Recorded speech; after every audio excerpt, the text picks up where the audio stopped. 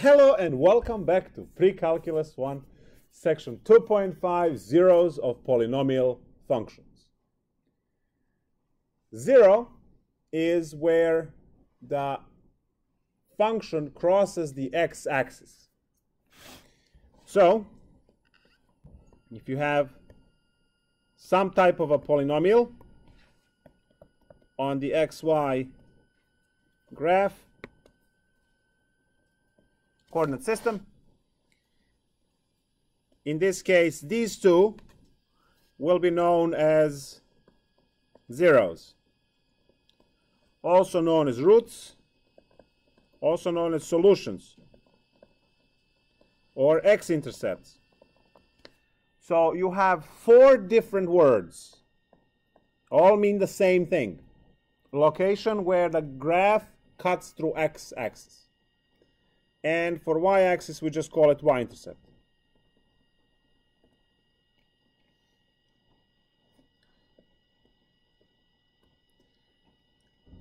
Now, we know that we'll solve for these guys here, as we set y equal to 0. So if your polynomial is x squared minus 4, right? Y equals x squared minus 4. To get roots, or zeros, or x-intercepts, or whatever, we would set x squared minus 4 equal to 0. We can factor it, or whatever other witchcraft. Yeah, you can move 4 and then square root both sides. And we get two distinct roots in this case, negative 2 and positive 2. So this was solving by factoring. The same problem can be solved by shipping 4 on the other side and then applying a square root on both sides, remembering that the one on the right hand side needs a plus and a minus. So x equals plus minus 2, and we have the same solutions because it was the same problem anyway. So that was the other way for the problem above. Certain problems you can factor. For instance, you have x squared minus 21, plus 21, no, minus 10x plus 21, right? So let's say y equals that, or a function. You would first write this equal to 0. Then you would factor it as, anyone? Very good. And we would have, again, two roots, right? X equals 7 and x equals 3. So these basic ideas of factoring from algebra need to be known 100%, because once we get into higher order, we will reduce everything to quadratic, and then hopefully you can factor. But are there other methods if you cannot factor? And the answer is yes. You might run into unfactorable quadratic, in which case you must use quadratic formula. Now the quadratic formula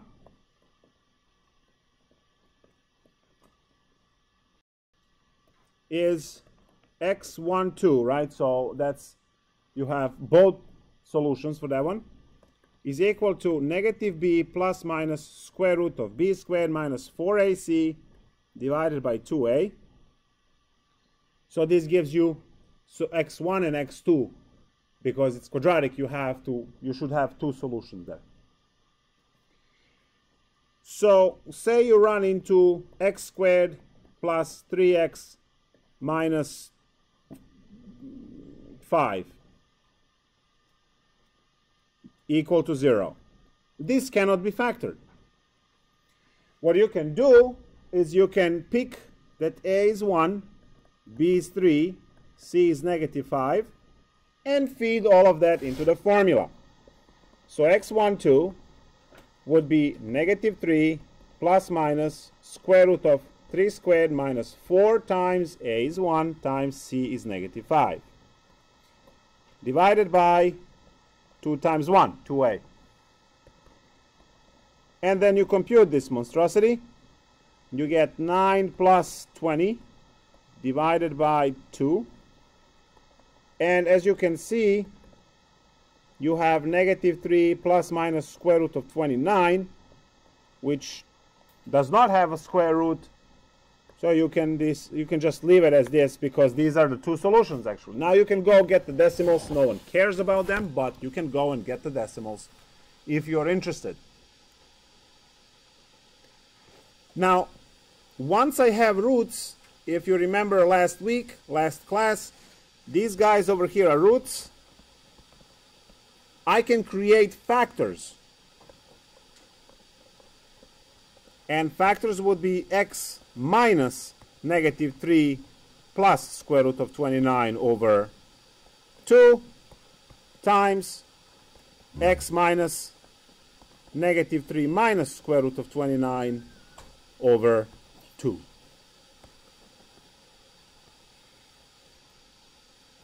I understand this is not something that you are used to seeing there. You would like this to be x minus 2x plus 3, but you will have to deal with it, because that is a number, and whatever this reduces to, so square root of 29 is about, say, 5.5.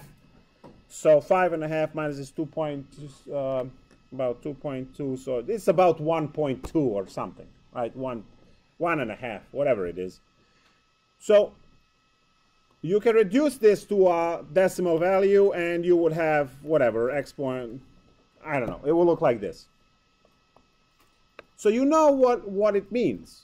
You've seen this before.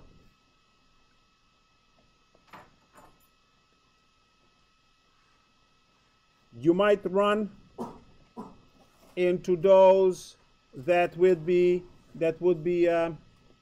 complex value. For instance, x squared plus 9x minus 1.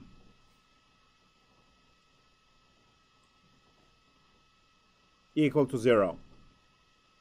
So a is equal to 1, b is equal to 9, c is equal to negative 1.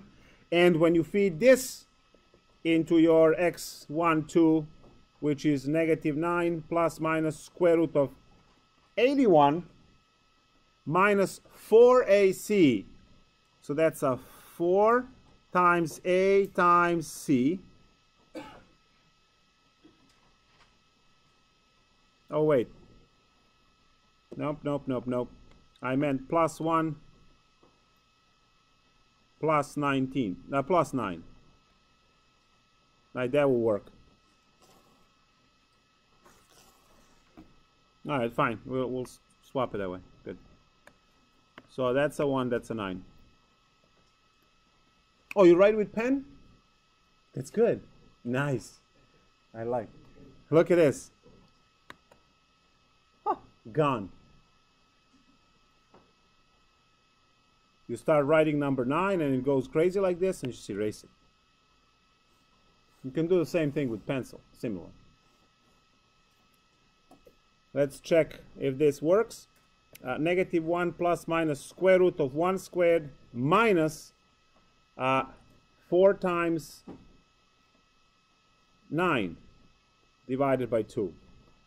That's negative 1 plus minus square root of 1 minus 30, no, 1 minus 36 is negative 35 over 2. And this negative under the square root is the complex I. We talked about this in 2.1. So your two solutions here are negative 1/2 plus minus square root of 35 over 2i. So you have plus and minus complex conjugate pair as the answer. So that could happen as well. And finally, if the problem is given to you as the standard form, you know, the one with agent k, you can still solve it for roots Here's the one that appeared in SI in some capacity. So we can still set this equal to 0 and get the roots from here. So that will be 3x minus 1 squared is equal to 4. We have to divide both sides by 3, so x minus 1 squared would be 4/3. And then we have to square root both sides, and you have to remember plus minus on the right-hand side. So now we have x minus 1 is equal to plus minus, and the square root of 4 is 2, and you still have square root of 3 in the denominator. We rationalize this to get plus minus 2 root 3 over 3. Now, we bring 1 to the other side, and we have that x is equal to 1 plus minus 2 root 3 over 3. Now, this would be, I can again write x1 and 2, right, two solutions. Now, you might say, I don't like this. Can I do this in a different way? Sure, just FOIL the problem and use quadratic formula. You must get the same answer. Otherwise, you broke mathematics, none of this technology that we have works, and we could just leave. So let's do the same problem by FOILing everything. So we have 3 times x minus 2x plus 1 and then minus 4. When you FOIL everything, don't forget the middle term. And then you will have 3x squared minus 6x plus 3 and then minus 4. And finally, y equals 3x squared minus 6x minus 1. And now you unleash negative b plus minus square root of b squared minus 4ac over 2a. Well, negative b, that will be positive 6 plus minus square root of 36 minus 4 times 3 times negative 1. Right, because c is negative 1. Divided by 2 times 3, which is 6. Great.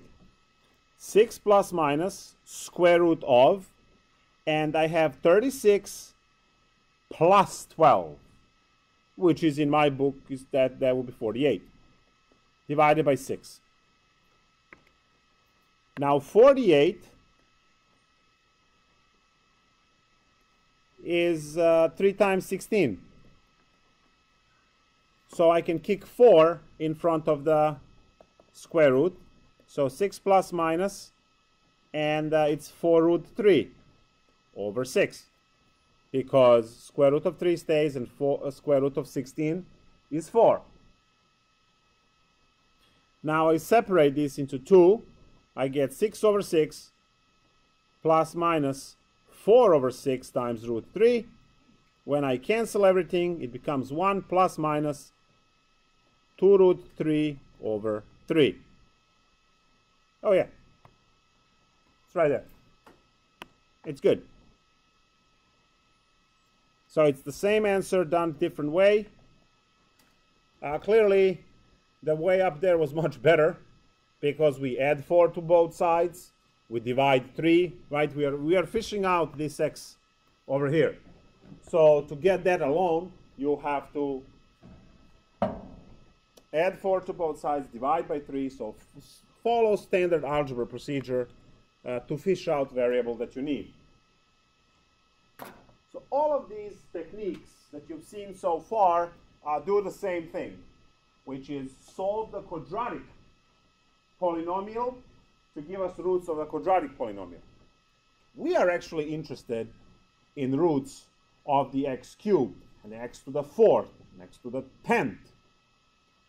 And we already know that the number of roots matches the number of the degree of the polynomial. So if you have x to the 10th, we have how many roots? 10.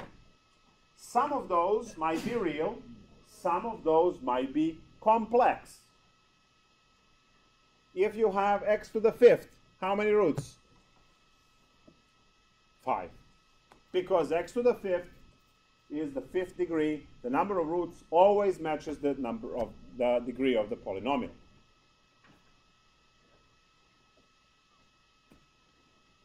And the last thing I'm going to repeat from, this was the last class, if you have a factored polynomial, roots are already visible. So if you have x plus 3 times x minus 2 times x plus I times x minus I, remember they always have to travel in pairs, equal to 0, your roots are x equals negative 3, x equals 2, x equals I, and negative I. So we have 4 roots. Now you can go ahead and multiply this polynomial out and figure out what was the polynomial when it was in its original state, which was x to the 4th plus minus other stuff. The goal for this, so all of this was review of old stuff. The goal for today is to first learn rational zero theorem and then use the rational zero theorem to try and guess rational roots of a polynomial. We are going to use synthetic division. We are going to use, well, first factoring of numbers, then synthetic division, and eventually quadratic stuff, whatever fits from the list above. So first we have the rational zero theorem.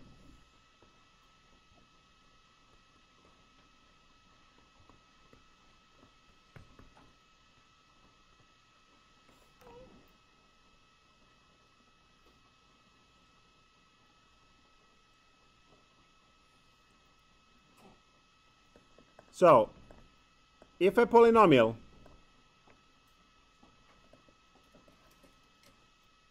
has integer coefficients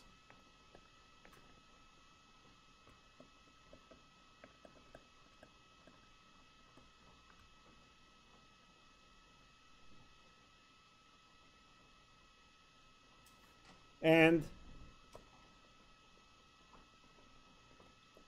P over Q is a rational zero,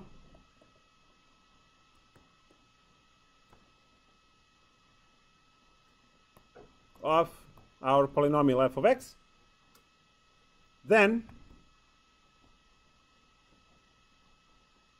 P is a factor of the constant term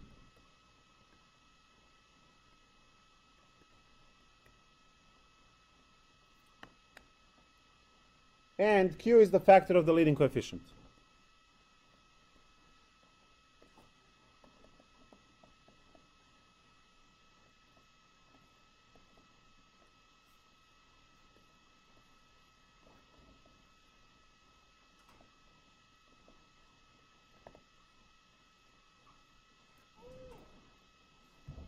To put this in the visual formula, so possible rational zeros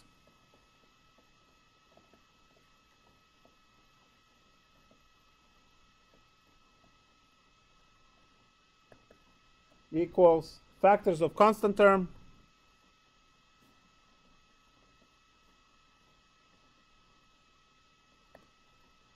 divided by factors of leading coefficient.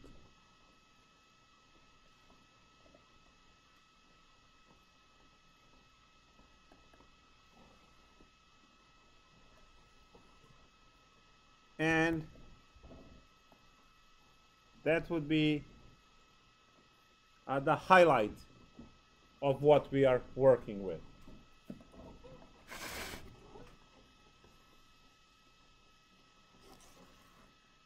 Factoring polynomials of the higher order is really tough. There are equations for linear to find zero. It's very simple, right? Quadratic, you have quadratic formula. Cubic and quadric, right, the third and the fourth degree polynomials, They have also formulas and procedures, but they are really, really long and painful. And then there is a mathematical proof which states that you cannot have a formula or a procedure for x to the 5 and above. Aha. So now you see the evilness of polynomial roots. That's why this witchcraft over here is the best we have. We are going to find all of the factors of the constant term, divide that with all of the factors of leading term, and in that pile of numbers, we are going to check them one by one, and in that pile of numbers, you are going to find some of the rational roots. Happy hunting, right? Your luck will determine how quickly you hit the actual root. You will be using synthetic division to check for the remainder, and if it checks out, whatever the synthetic division gave you as the answer is the new reduced polynomial, what you have to rinse and repeat. And you keep going until you put it down to the quadratic, which you can deal with using either factoring if you're lucky, or quadratic equation if you're unlucky. So we can start with an example from the textbook. Now I'm going to work on the example different than the one that it's worked out. So this one says f of x is equal to x cubed plus 2x squared minus 5x minus 6. Note that I cannot factor this by grouping because I have 5 and 6 and then 1 and 2 and they don't work together in any way. So I cannot solve this by factoring by grouping. To work out the formulas for the cubic, they are absolutely insane. Let me see if I can find them real quick. Roots of cubic polynomial equation. Oh, perfect. Found it. Not sure if I can make this any larger. Save image. Desktop. This works.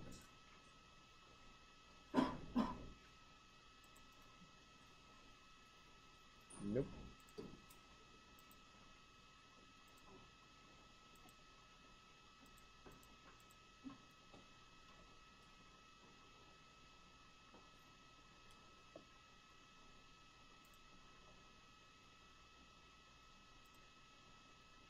I found a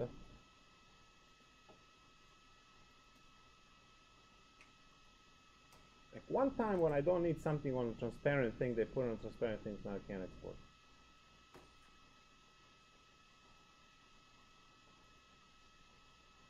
We go again, and again it's transparent. How about here?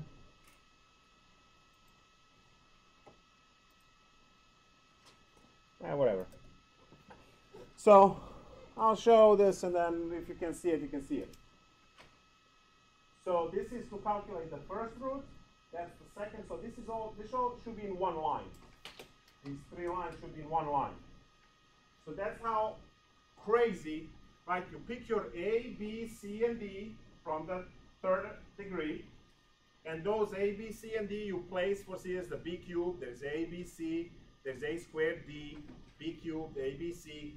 So you place those values A, B, C, D for A, B, C, D here. And when you compute all of this, again, this is all one line. When you compute all of this, after 20 minutes, right, you get your first root. Then you go plug A, B, C, D, the second, and A, B, C, right? So you see that it's a lot of, and that's the third. So you see what the jump is from linear to quadratic equation, then from quadratic to this. Imagine the 4th root. The 4th is actually the formulas and the procedures as instructions. They fit on the entire page. And then you need about 2-3 pages of calculations just to figure out the first one. When I did this, I was able to complete all of this stuff in about 20 minutes. But then when I started doing the fourth root, it took me almost 2 hours to get to the first root, and I got it wrong and I gave up. All right? It's one of the rare situations when I completely gave up on something. It was just labor intensive and completely unnecessary. Okay? But then there is a mathematical proof that says that you cannot get formula or procedure for 5th degree and up. And these are already annoying enough and long enough. So now, when we go back to our 3rd degree, instead of grinding through those equations to figure out what are the roots, what I can do is I can take the PRs,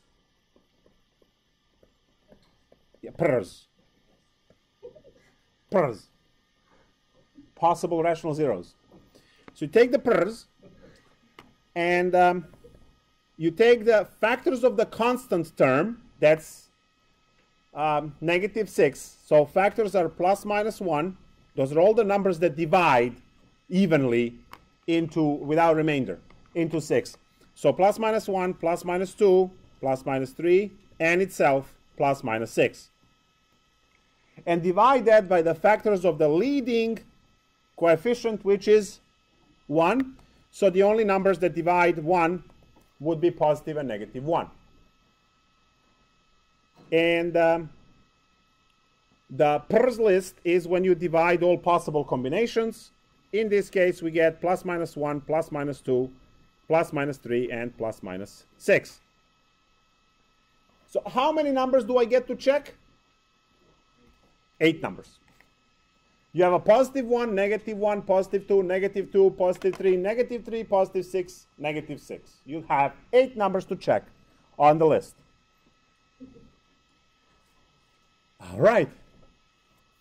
Let's embark on the journey.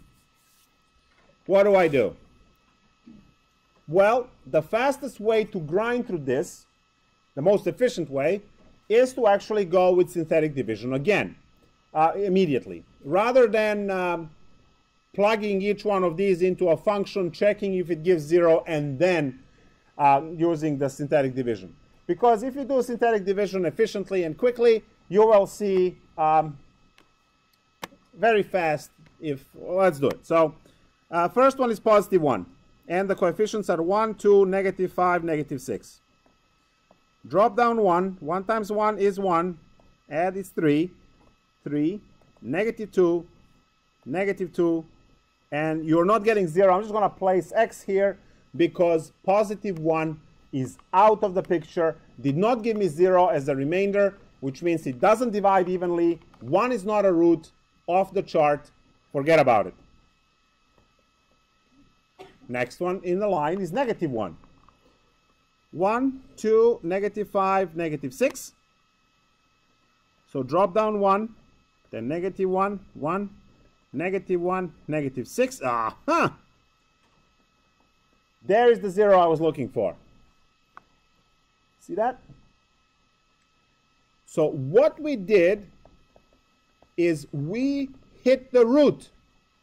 X equals negative 1 is a root, which means that x plus 1 is a factor. Remember, always the opposite sign, right? So I did the synthetic division, and in the synthetic division, I'm looking for the 0 on the remainder.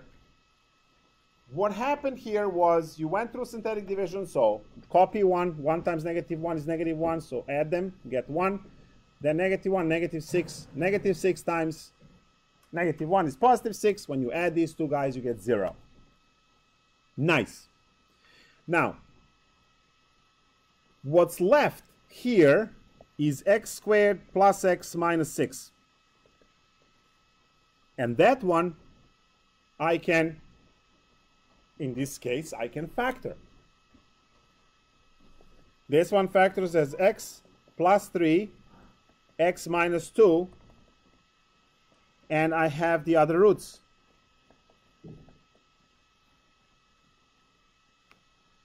So now, the polynomial we talked about, which was x cubed plus 2x squared minus 5x minus 6 is factored by x plus 3, x minus 2, and x plus 1. It doesn't matter which order you put these guys in because it's multiplication.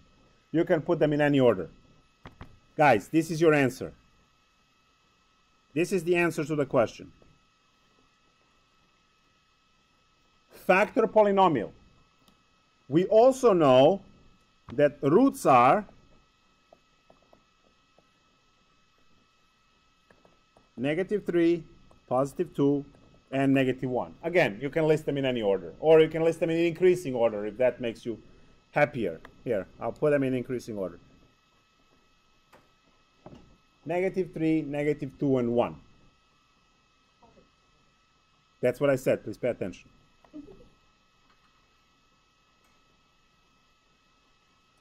So -3, +2, and -1.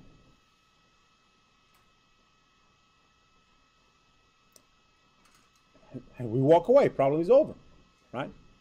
That boy disappointed.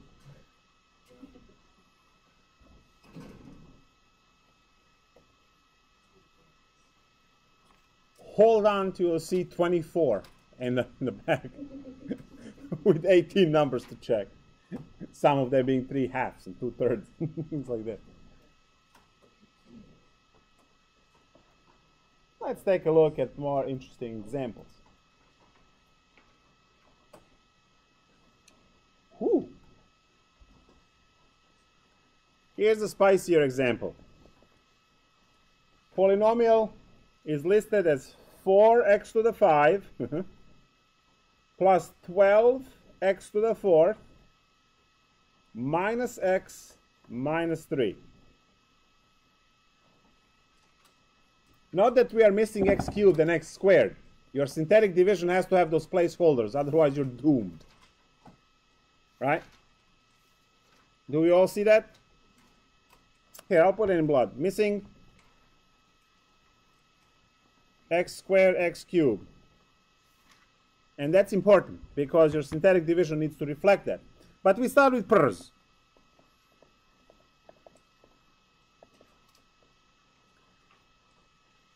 Factors of -3 are positive -1 and positive and -3. Divided by the factors of leading coefficient, which are +(-1), +(-2), +(-4). Bueno? Now, it's time to write the list of pers. You divide 1 by 1, 1 by 2, 1 by 4. And then you divide 3 by 1, 3 by 2, 3 by 4.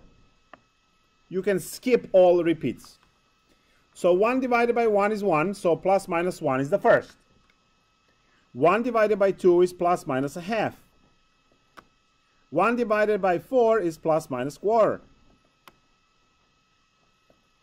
3 divided by 1 is just 3. 3 divided by 2 is 3/2. And finally, 3 divided by 4 is 3/4.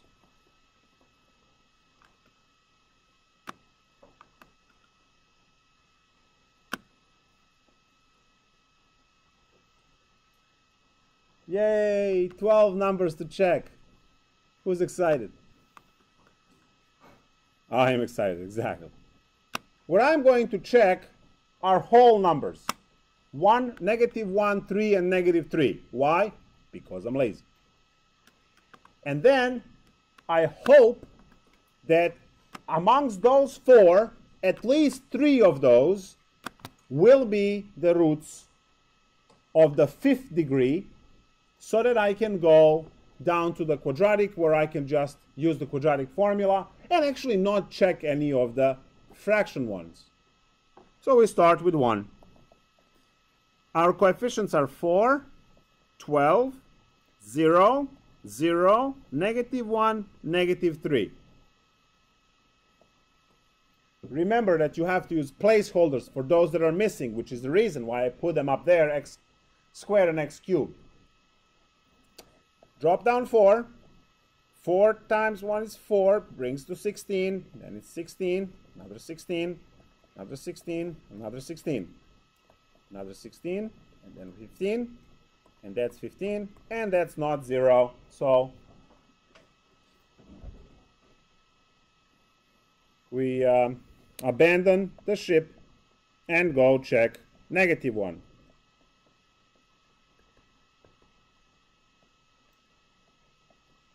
Drop down 4, yes, a -4 gives us 8, gives us -8, which gives us -8, which gives us +8, which gives us +8, which gives us -8, which gives -9, +9, and 6. That's not a 0. We have to abandon -1.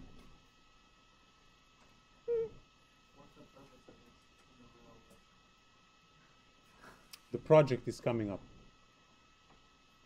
You will not be disappointed. I can promise that. Oh, by the way, this is real stuff.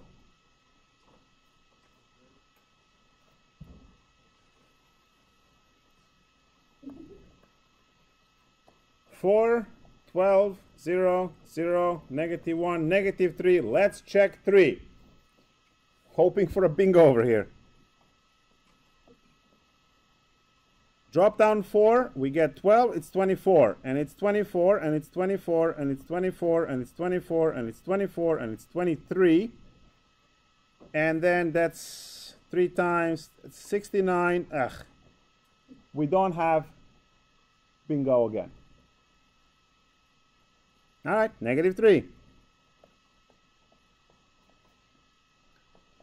4, 12, 0, 0, -1, -3.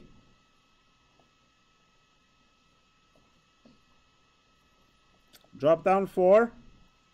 3 times 4 is -12. That's a 0. That's a 0. That's a 0. That's a 0. That's a 0. That's -1. 3 times -3 is 0.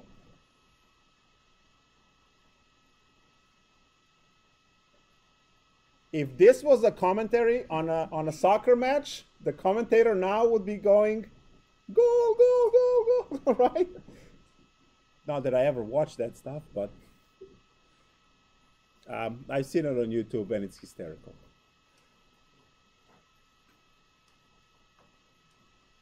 We hit the root. X equals -3 is a root, which means x plus 3 is a factor. And what we have here is now 4x to the 4 minus 1. Equal to 0 is a leftover. Guys, you can factor this, right?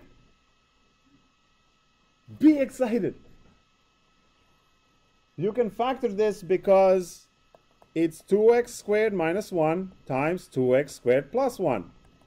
This is basic intermediate algebra. You had these problems in intermediate algebra. And now these factor further. Square root of 2, x minus 1, square root of 2, x plus 1 for the first one. And the second one is going to be complex, so we'll have to deal with it on the side.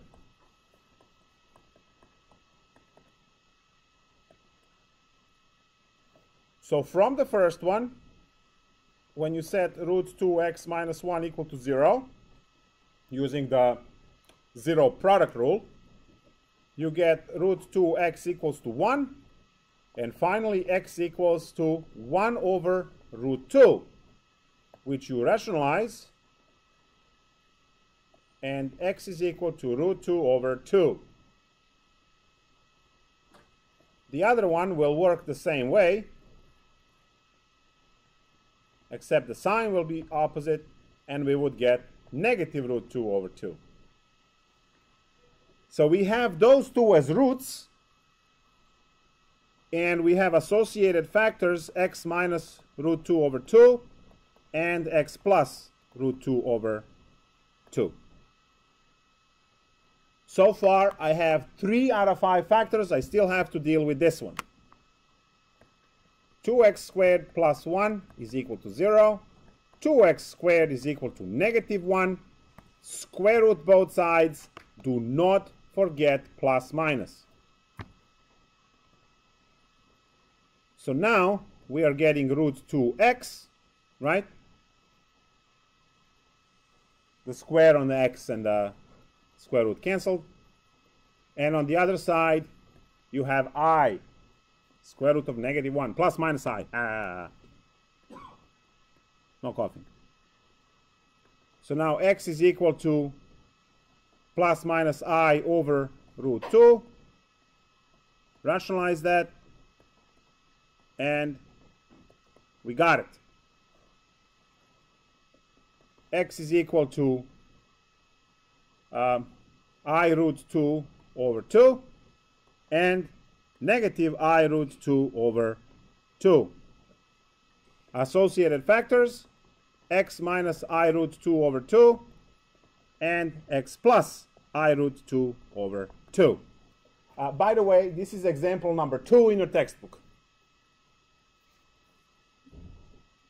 We'll build up to spicier cases as we go along. What is the answer to this question? Let's take a look at the answer. The polynomial 4x to the 5 plus 12x to the 4 minus x minus 3 is equal to, the first factor we discovered was x plus 3. The second factor was x minus root 2 over 2. And then x plus root 2 over 2. And then x minus I root 2 over 2. And I can't fit this, so I'll have to go here. And voila, there they are, all 5.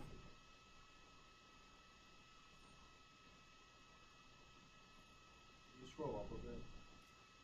Scroll up a bit. The other way. Other up.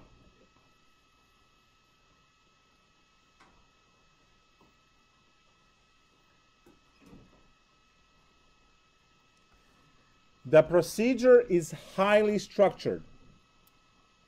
Find your pairs. Use the synthetic division, go one by one through each one on the list. You can pick and choose, right? Instead of going through fractions, you go through the whole numbers first, and then if you're forced to go to fractions, well, you will go through fractions. But you don't want to go to fractions unless you really have to. We were actually lucky here, right? Because if negative 3 didn't work out, and we, right? And there was no further roots, we would actually have to go and check fractions as well.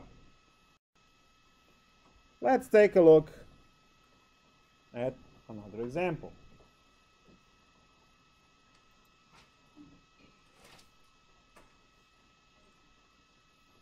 Beautiful.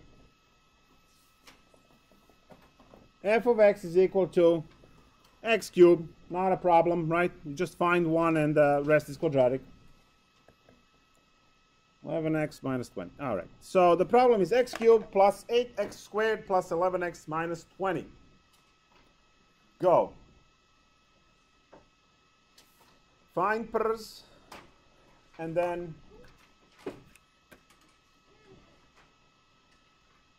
deal with the rest.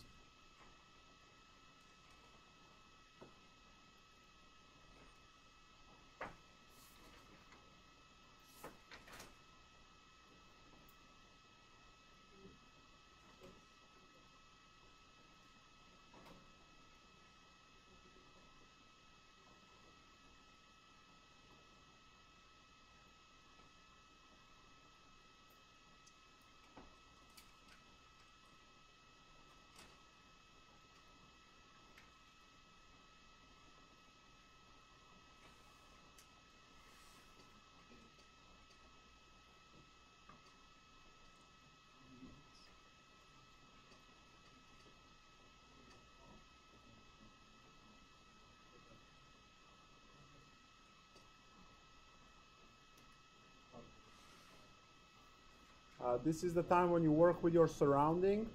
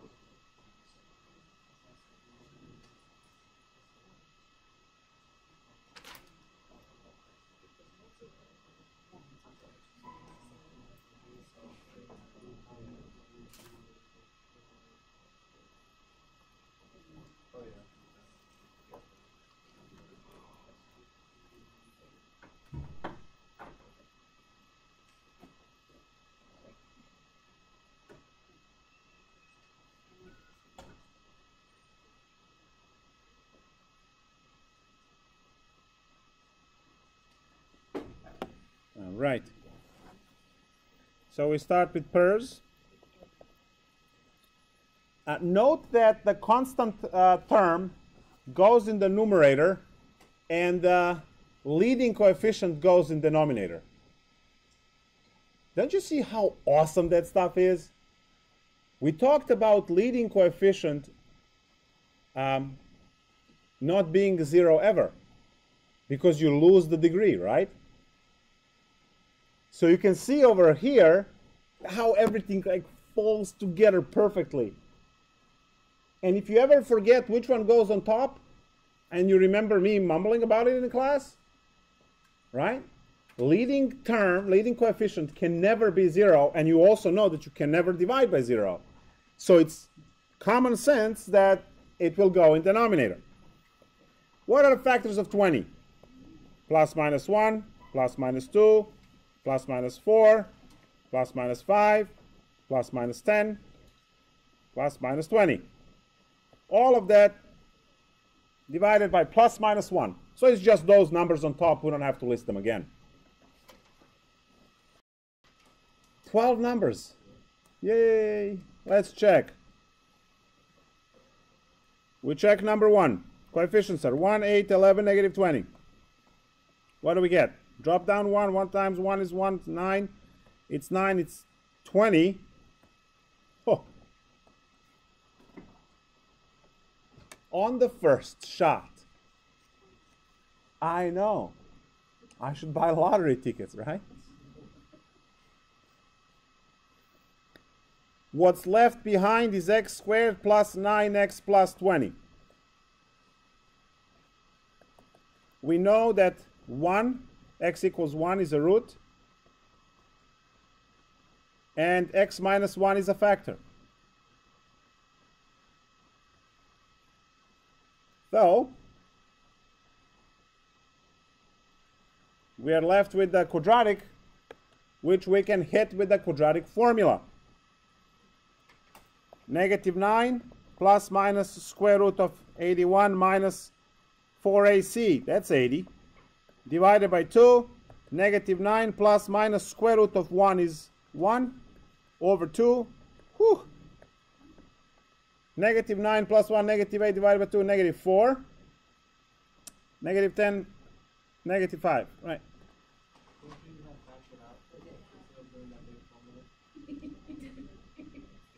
Yeah. I want to show off too. How quickly I can compute. It's obvious.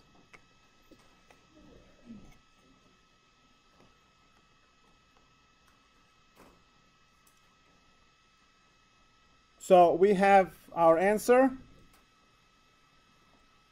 to be x minus 1, x plus 4, x plus 5.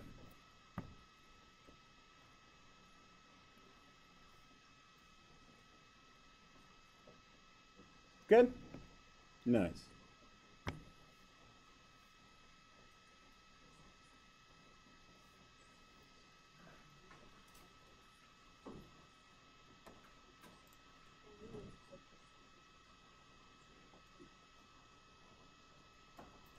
Now, where are those spicier examples? Because these tend to be too boring. Aha.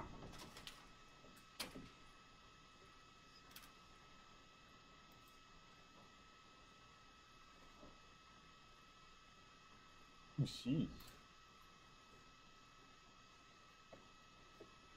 No.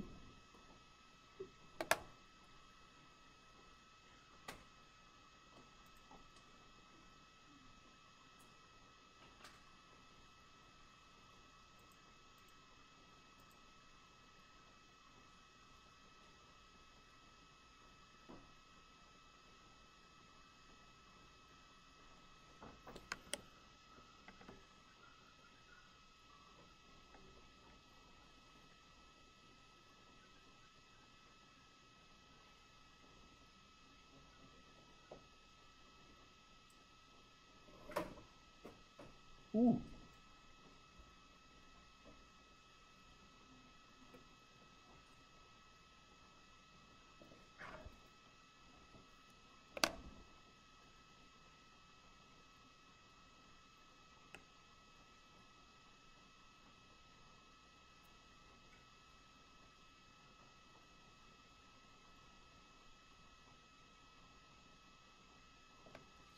Ready?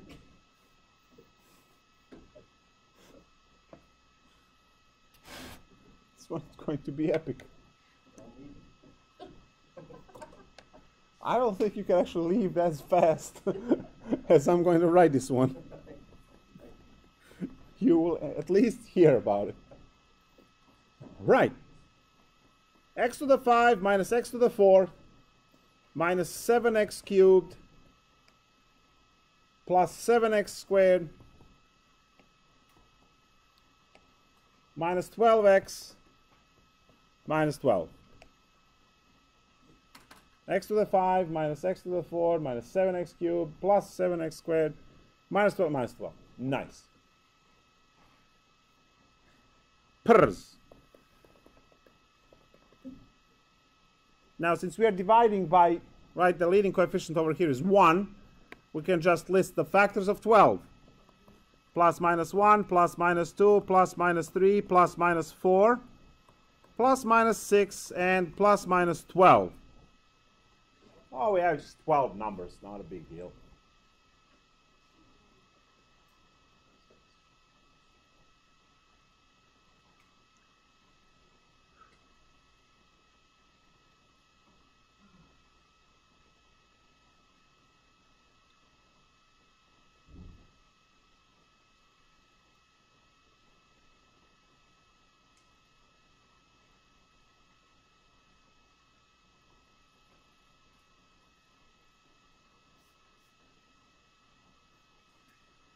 Start checking.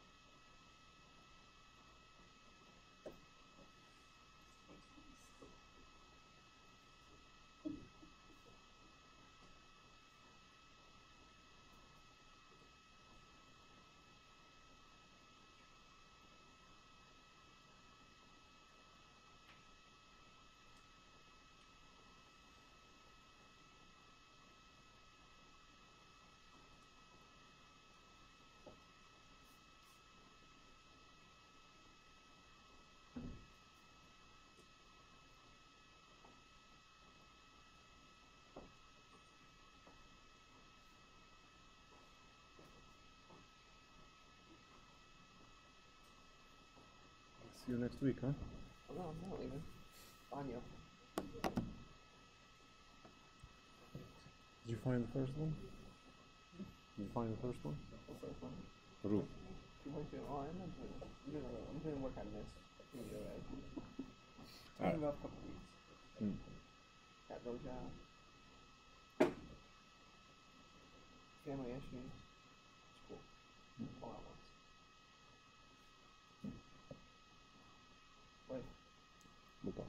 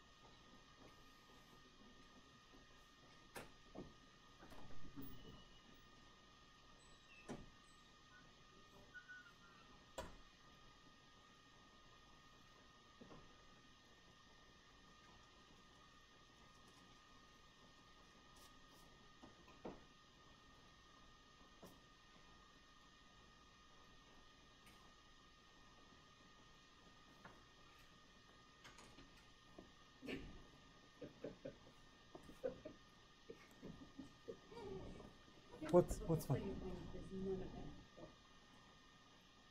Oh, one has to work. It's odd, so one has to work. Which ones are? 5, fifth degree. Yeah, so one has to work. You can have 4 complex roots, and then the 5th one has to be real. No, it's just finding the real.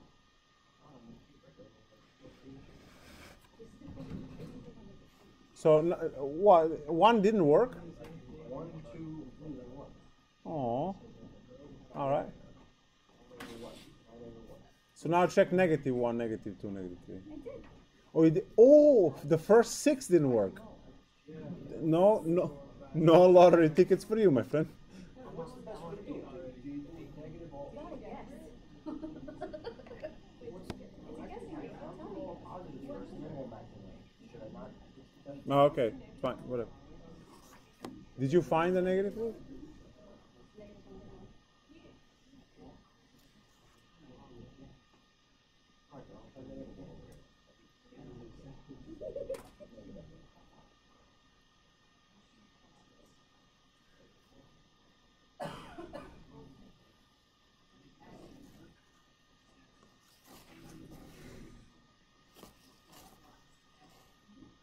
Yeah, -1 should work, right?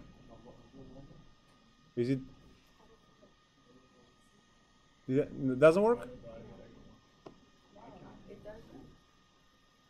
Oh no, it doesn't work. Nope. -1 doesn't work. Nice. Right, so I'm gonna bet on -4, see how that works.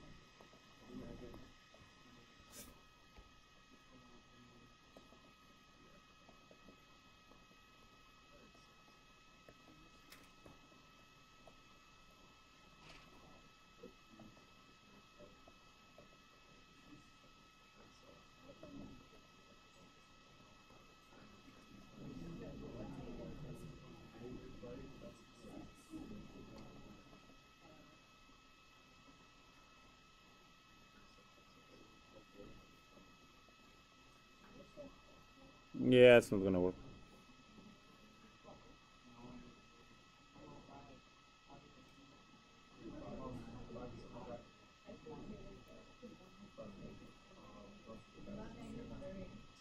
-3.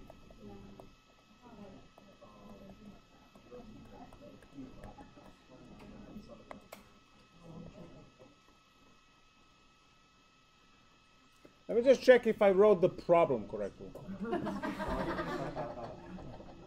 It's okay, you use a pencil, it's fine. X to the 5 minus x to the 4th minus 7x cubed plus 7x squared minus 12x minus 12. That's correct. There's no need to panic.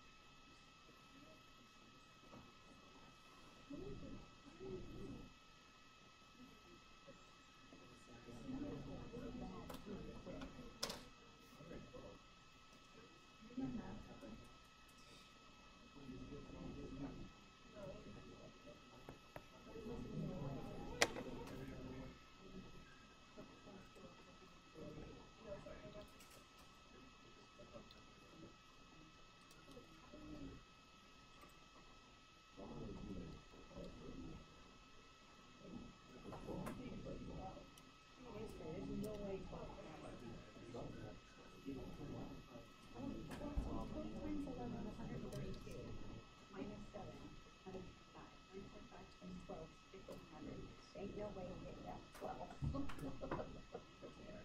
It's not happening.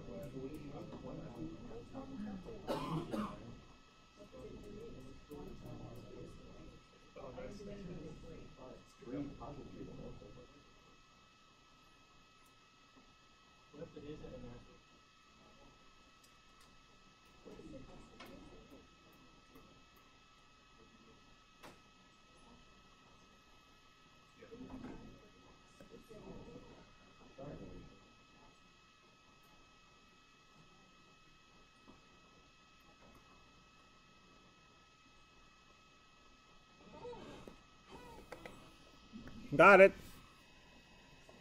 Ready?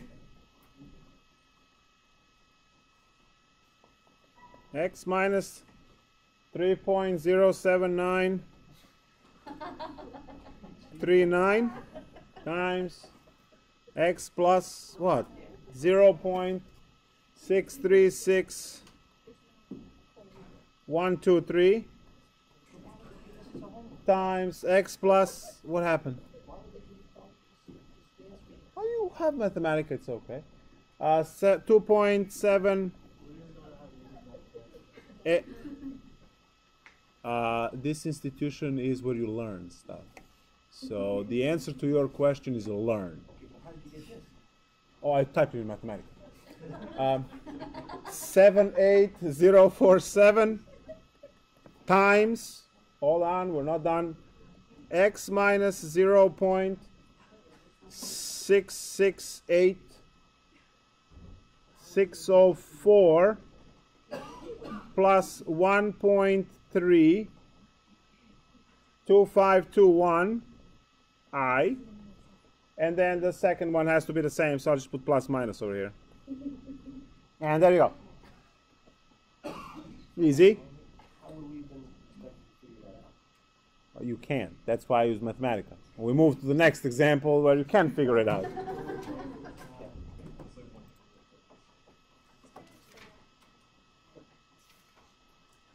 All right. Let's go with problem 11 in the textbook, because problem 7 didn't go well. So f of x is equal to 2x cubed, x cubed, it's just quick, minus 3x squared, minus 11x plus 6. Awesome. Pers.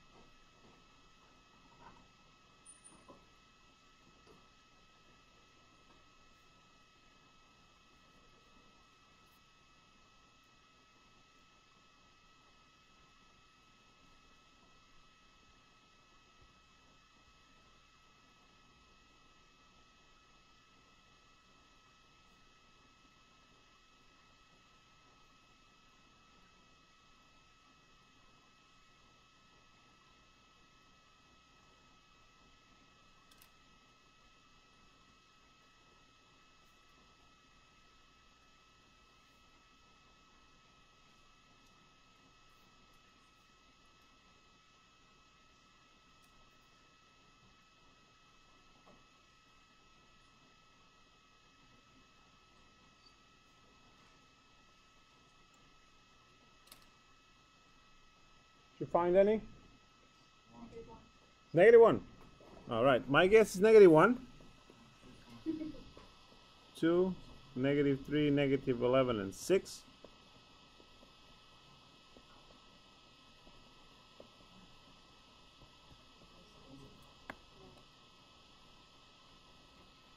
-1 doesn't work.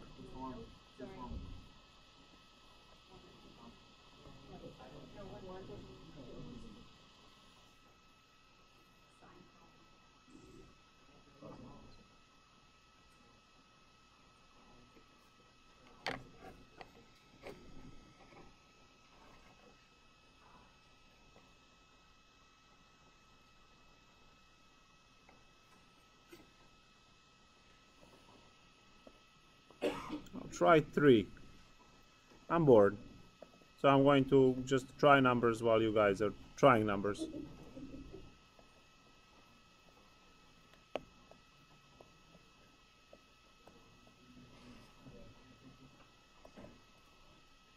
That's how boss does it.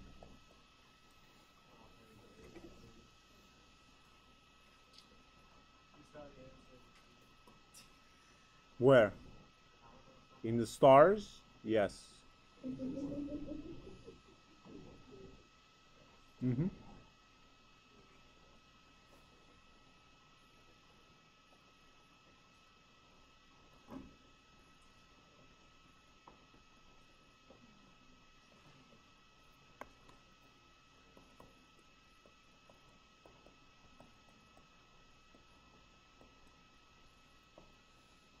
And we are down to the quadratic equation, 2x squared plus 3x minus 2. So now -3 plus minus square root of 9 minus plus 16. Yeah.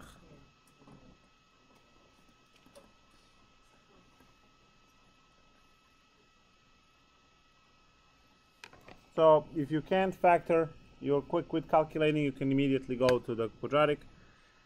And we have x equals negative positive 1/2 and x equals -8, -2. So x minus 1/2, x plus 2. Now you have to be careful with this one because it has a fraction as the answer. As a factor, this one, you are going to write it as 2x minus 1. Please observe this, guys. If you have x minus 3 times x minus 1/2 times x plus 2. Do you see when you multiply x times x times x, you get x cubed, yet the problem had 2x cubed? You see that, right? So you would not get the original problem if you leave the 1/2 term as is. So what we do instead is we multiply it to kill the fraction, and that will adjust the leading term to be exactly what we need. So this one over here is 2x minus 1. Now when you multiply first times first times first, you actually get 2x cubed, and then you multiply last, last, and last, you get -3 times -1 times +2, you get +6.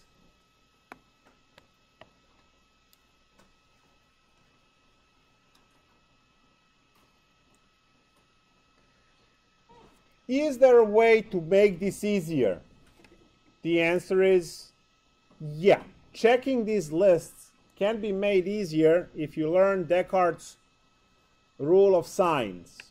Descartes' rule of signs is a handy theorem which tracks the number of sign changes and ties that to the type of rational roots, the number of rational roots that you will get that are either positive or negative.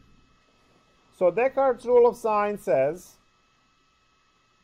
that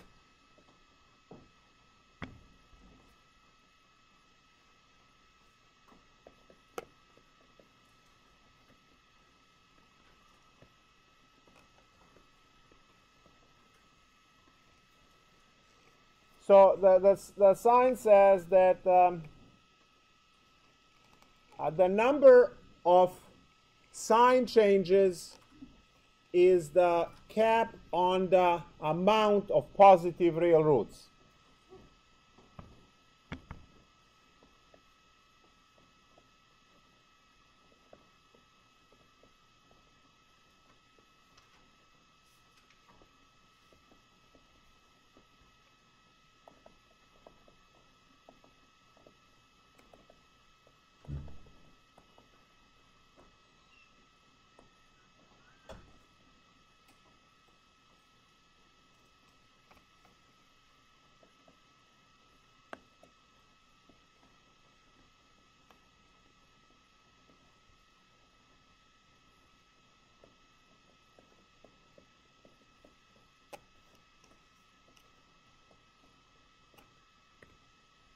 So this means that if you have x squared, x to the fourth minus x cubed minus 3x squared minus or plus x plus 9, you have a sign change from positive to negative and from negative to positive. You have two sign changes in this case.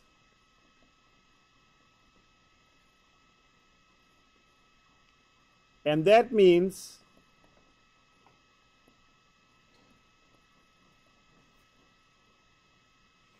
you have, or we have 0, 1, or 2 positive pairs. Now that helps a lot. Imagine the list of 24 numbers. 12 are positive, 12 are negative, and you start checking. Let's say you find that positive 1 is a root, positive 2 is a root. Do you have to check any other positive number? And the answer is no. Because if you only have two sign changes, that means that you may have at most 2 positive roots. And once you found both of them, then you can ignore all other positive numbers.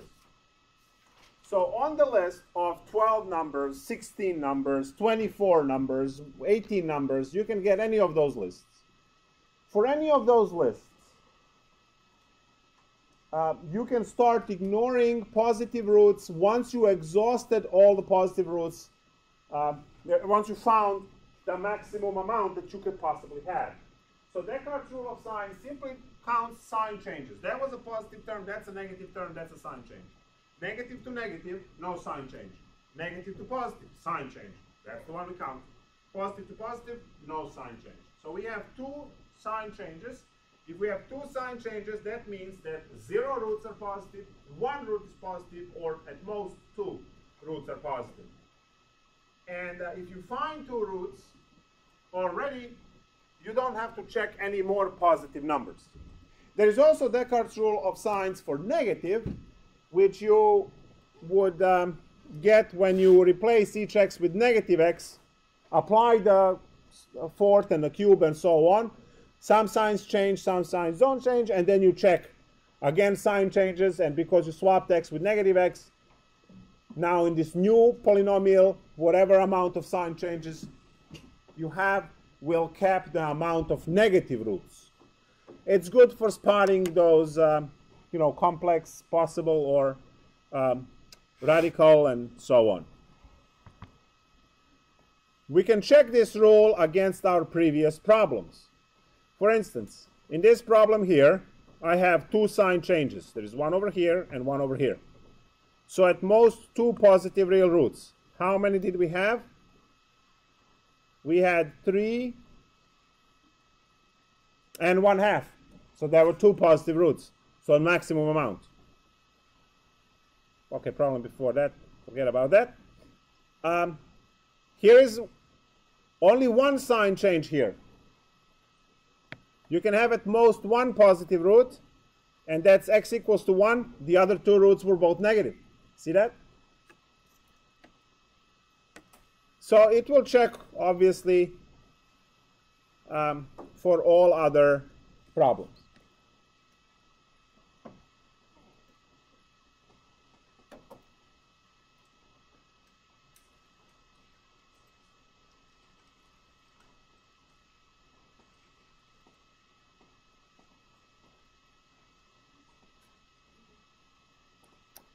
All right, so now next problem. Let's go with problem 24. It says x to the fourth minus 2x cubed minus 5x squared plus 8x plus 4.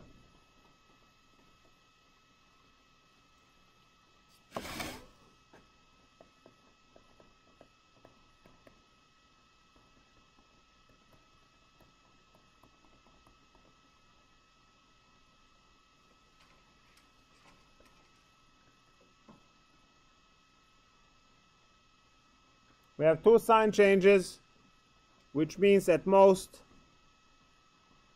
two positive pairs. It doesn't affect us much in this problem. We only have three positive numbers to check. So now Descartes' rule is great for lists that have 12 numbers and more, right? Where you have 6 positive numbers. So it's overkill for this one. All right, let's check number 1.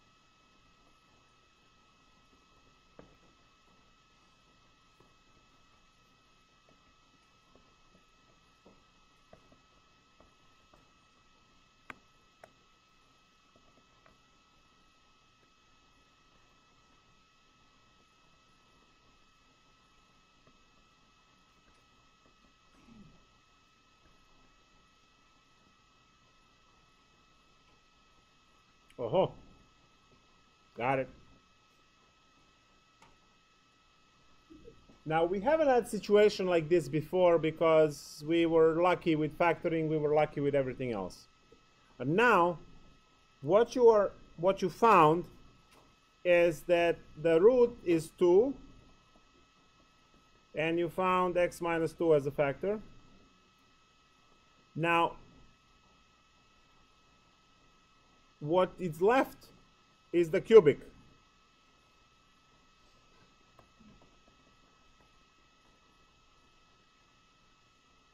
Now, you can have, so we know that definitely 1 and negative 1 are out of the game.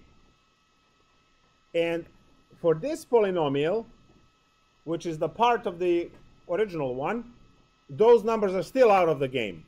But number 2 is not out of the game. Number 2 was the root, but it could be root again. There's nothing wrong with having x minus 2 times x minus 2 times x minus 2 times x plus 3. You see, positive 2 can show up 3 times, 5 times, can show up any number of times. We already showed here that number 1 and negative 1 cannot show ever. We found that x equals 2 is a root. But there could be another x equals 2 is a root. So now, when you are restarting this problem with this new polynomial, we are going to check 2 again.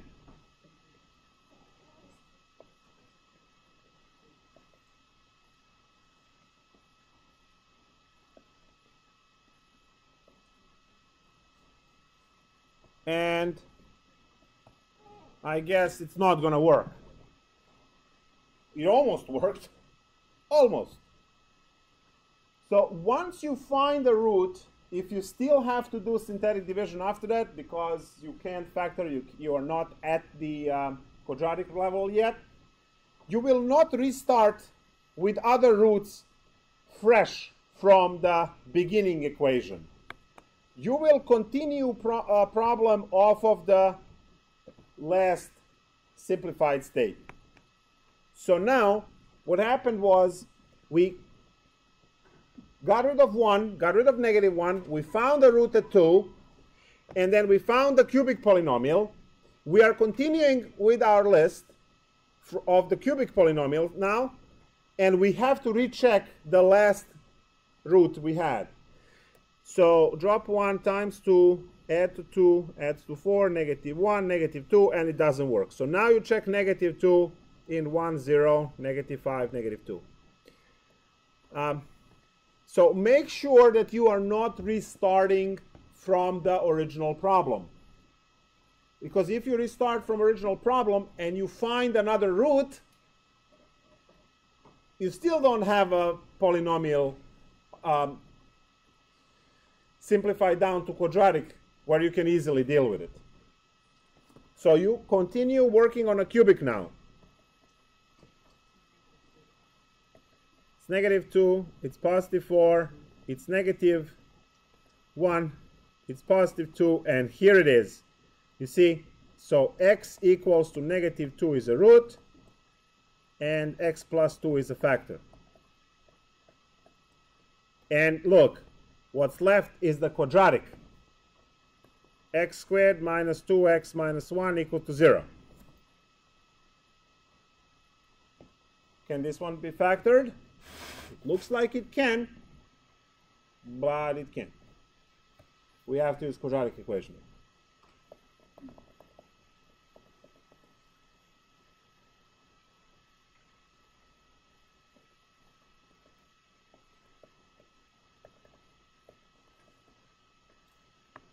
Root 8 is 2 root 2. And when you cancel all these 2's, you get 1 plus minus root 2 roots. So what's the answer? The factored state is x minus 2, x plus 2, x minus 1 minus root 2, and x minus 1 plus root 2. And those are the factors of the polynomial.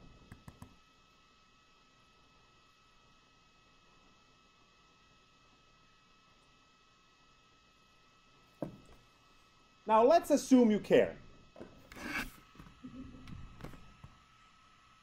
Can you check that this is correct answer? And the answer is yes. All you need to do is to FOIL all of that. When you FOIL all of this, you better get the original polynomial x to the 4th. If you get anything else, well, it's wrong. So let's check, because we can.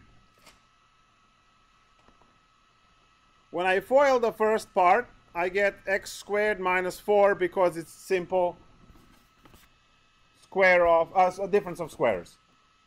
Now the second part is a lot of work because we have two trinomials, what do you want to call them, and you have to multiply each one with each one, which means 9 terms. So x times x is x squared minus x plus x root 2, and then go minus 1. Minus x plus 1 minus root 2, and finally with the root 2 at the end. So negative x root 2, positive root 2, and negative root 2 times root 2 is root 4, which is 2. Observe that these die and these die, so all of the root 2's are done. And you're left with x squared minus 4 times x squared minus 2x minus 1. Now multiply those. X squared times x squared is x to the fourth, minus 2x cubed, minus x squared, minus 4x squared, plus 8x, plus 4. We have the like terms in here. So we have x to the fourth, minus 2x cubed, minus 5x squared, plus 8x, plus 4. And that better be the one that we worked on.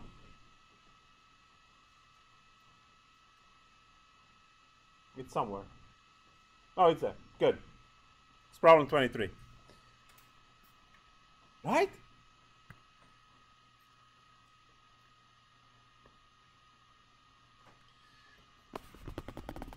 Let's take a look at the last batch of problems, which is actually how we create problems for your exams. The way I create the problem for your exam would be, I think of the answer that I want to see, and then I just FOIL that answer. So technically, the blue check, well, the answer and the blue check is what I do as I am making up the problem. I decide that I want to have the root of 5, negative 2, 7, and 1. And then I create factors and I multiply those factors and I get something that looks like this. And I say, go have fun, factor it, and do all the stuff. And you go pers and you go checking. And eventually, using the procedure, you will find all of the roots that I thought of.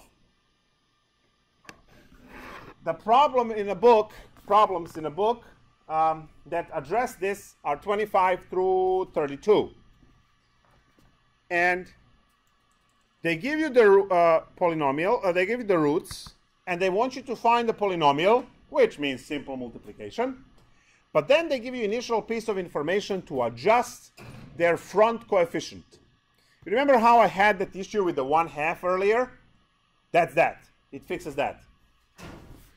So here's problem 26, for instance. Problem 26 says that one of the roots is 4 and another one of the roots is 2i. And they give you information that f of negative 1 is negative 50. This is all of the information that is given to you. But they give you another redundant piece of information that I will not give you if you choose to have an exam. So, how many roots do we have, and what is the order of polynomial that you must get?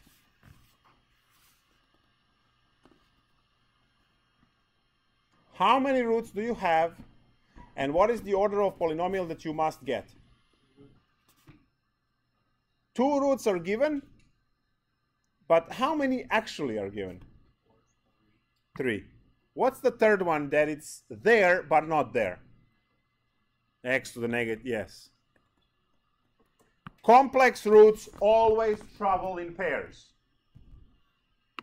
The book will always list, and the homework online will always list one of them, because you are responsible to know that complex roots always travel in conjugate pairs, so you must add to this list negative 2i. That is something that you have to do. Now the rest is easy. X minus 4, x minus 2i, x plus 2i, and let's FOIL. We'll FOIL the complex first to get rid of these i's. So we have x squared plus 2ix minus 2ix and then minus 4i squared. Note that these middle ones with i's cancel. We know that I squared is negative 1 from our 2.1 section. So x minus 4 times x squared plus 4. Right? Because negative 4 times negative 1. I squared is negative 1. Negative 4 times negative 1 is positive 4. And now we FOIL this. x cubed plus 4x minus 4x squared minus 16. Your job is to put this in descending order and to place this unknown a in front. Now that's the one that will scale the problem so the problem can fit the condition that f at -1 is -50. That was given as a condition at the beginning of the problem. So f at -1 is -50. Now this is f of x equals to, right? And now it's just plug in and compute. Your f of x is -50. Your a is unknown. You're looking for that. And then each x becomes -1. So -1 cubed plus 4 times -1 squared plus 4 times -1 minus 16. -50 is equal to a -1 plus 4 minus 4 minus 16.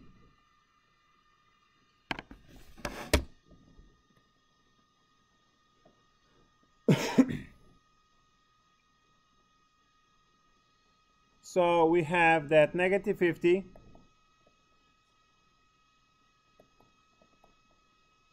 really.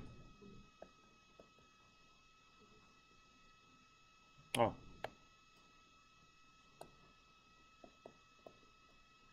Is equal to a times -17, and a is 50 over 17 if all of the calculations went right.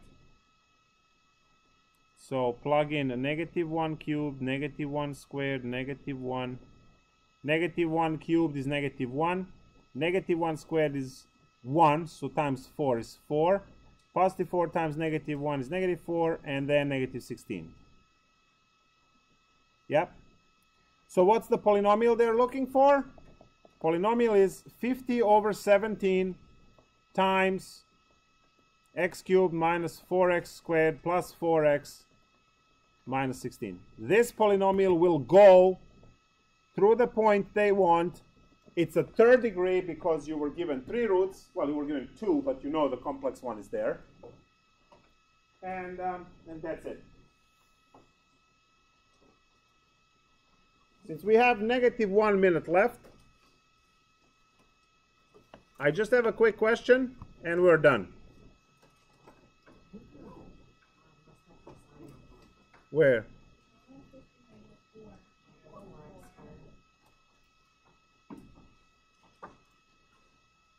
Oh, I copied it wrong. That's a negative, right? Like this. No, looking from here to there, I copied those signs negative, or probably disappeared as I was writing. So that changes signs. This is a negative here.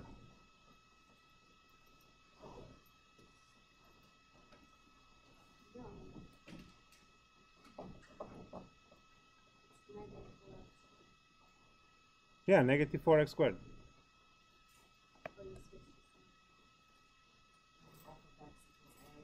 Oh no, I did that right. Wait, it's -4x squared. Where's the mistake? Here?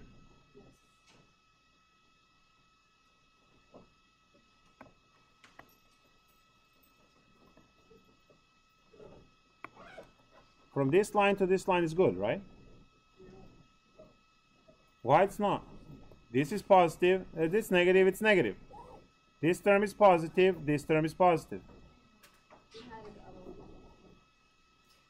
No, I think I switched it twice. Oh, you're gonna miss the question. So -1, oh, -4, -4, and -16.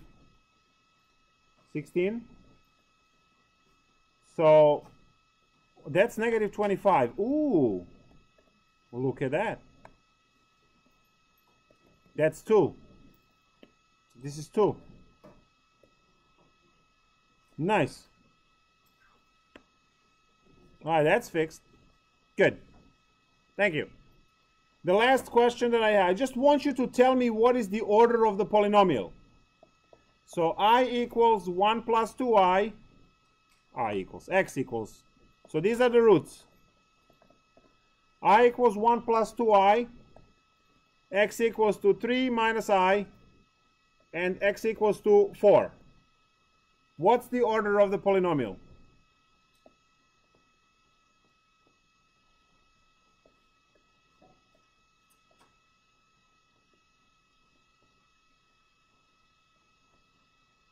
That you get. You have 1 plus 2i, 3 minus I, and 4. What is the order of the polynomial? The degree of the polynomial.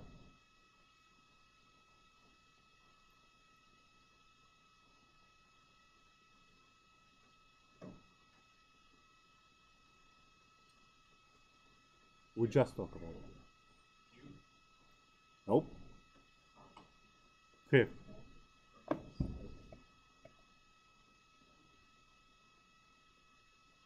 You have to add conjugate and you have to add conjugate.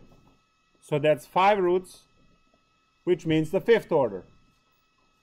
Another twist on this is, again, list of roots. X equals 3, multiplicity 2. X equals 2 minus I. What's the order of the polynomial? 4. Because you have 2 plus I, and you also have this one, another 3, because it was multiplicity 2. So you have a root of 3, another root of 3, and then 2 complex ones, order is 4. You will discover this stuff as you do your homework. The number of roots has to equal the number of the degree of the polynomial. So in this case, you're only given 2 complex, but a different complex. Each one of those has its complex conjugate. So 1, 2, 3, 4, 5, order is 5. Over here you have 3, and then another 3, and then 1 complex and its conjugate. So it's 4, so n equals 4. Have fun with the homework. See you in 2 days. We'll do more cool stuff.